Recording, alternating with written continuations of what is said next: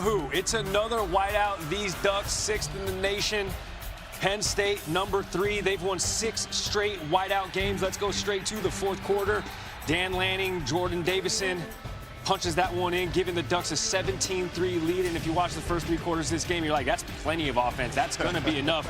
Except it wasn't. Drew Allard to Devontae. Do you love it? I love it. I got it at Ross. 4 catches, 48 yards. He had 2 touchdowns. That's one of them. Penn State, though, still down. 4th and gotta have it. Under 3 minutes to go. Allard barely just gets it. He is 0-5 versus AP top 6 teams. He's been the 3-year starter there in State College. Can they get it done? There's Ross with the misdirection. We're tied at 17.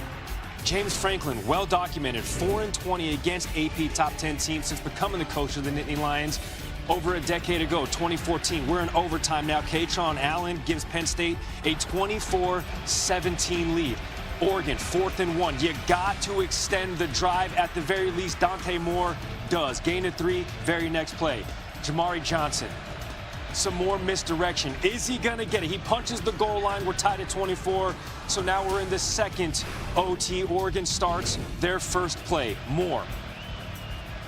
Little play action. Going to find a wide open Gary Bryant Jr. Maybe it was just the momentum the Ducks were carrying, having scored in the first, getting the ball in the second. Ducks up 30-24. They missed the 2-point attempt. So here comes Drew Allard in the big moment. Intercepted. Dylan Thieneman. I mean, maybe it's the white jerseys with that white backdrop kind of shadowing him, kind of hiding him. Nonetheless, Dan Lanning, the winner after a big one.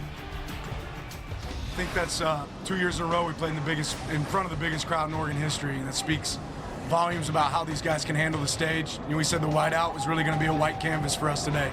And we get an opportunity to paint our masterpiece, and those guys did it. At the end of the day, we got to find a way to win those games. I totally get it, and I take ownership, and I take responsibility.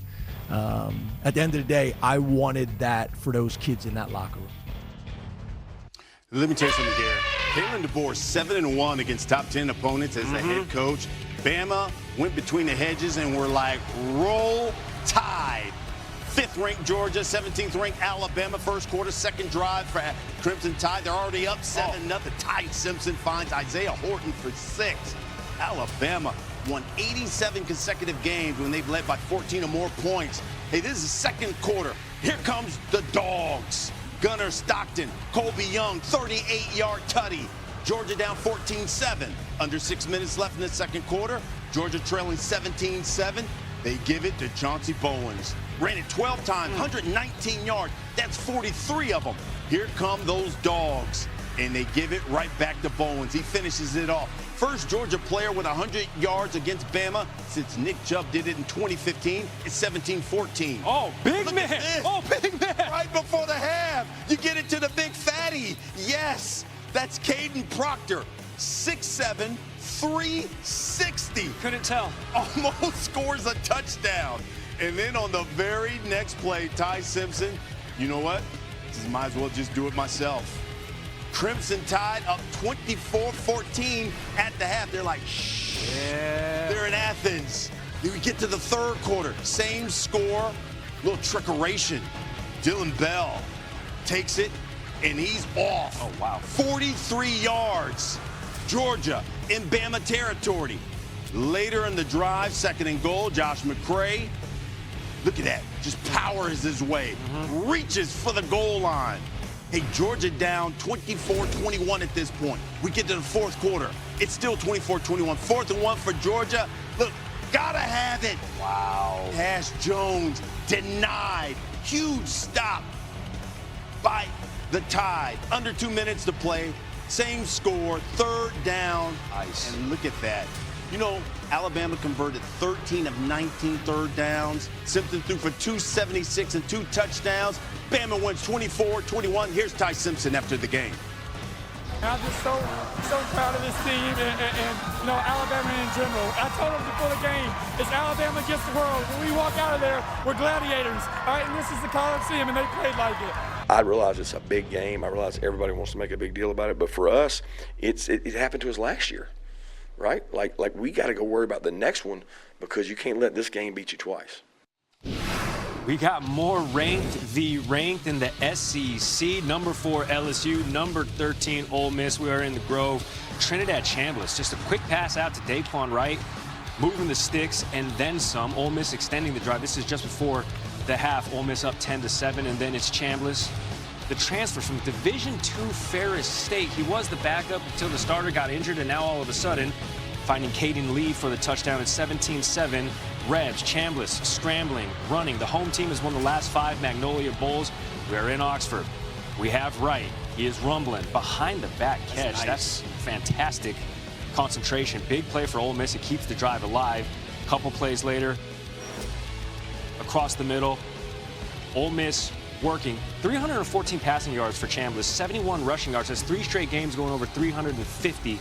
3 straight games. Logan Diggs punches it in. Ole Miss up 24-13. Now you have Brian Kelly, Garrett Nussmeier. Okay, LSU's offense, 254 yards of total offense. Nussmeier held under 200 yards passing, although he finds Kyle Parker right there to move the sticks. First and goal for these Bayou Bengals. Harlem Berry. LSU now down 24-19 after a failed 2-point attempt. 2 minutes to go. Ole Miss 4th and 3, trying to ice the game. Chambliss, just wide open. Oh, my God. Wide open. What are you going to do? You're going to fall? You're going to say, night-night. Ole Miss takes down number 4 LSU 24-19. Lane Kiffin and went in for wins. Intercepted! Tennessee has found a way to win one on the road. This is what college football is about. He told me his favorite color was blur. Oh my, what do we have here? 20 yards to put the game away. I'm against the world. Everybody in here wants us to lose. He's going to keep it and score. Kirby Smart's going to drop to 1-7 against Bama. The Nittany Lions have come all the way back to tie it. And now we go to overtime. And it's intercepted, and Oregon's going to win.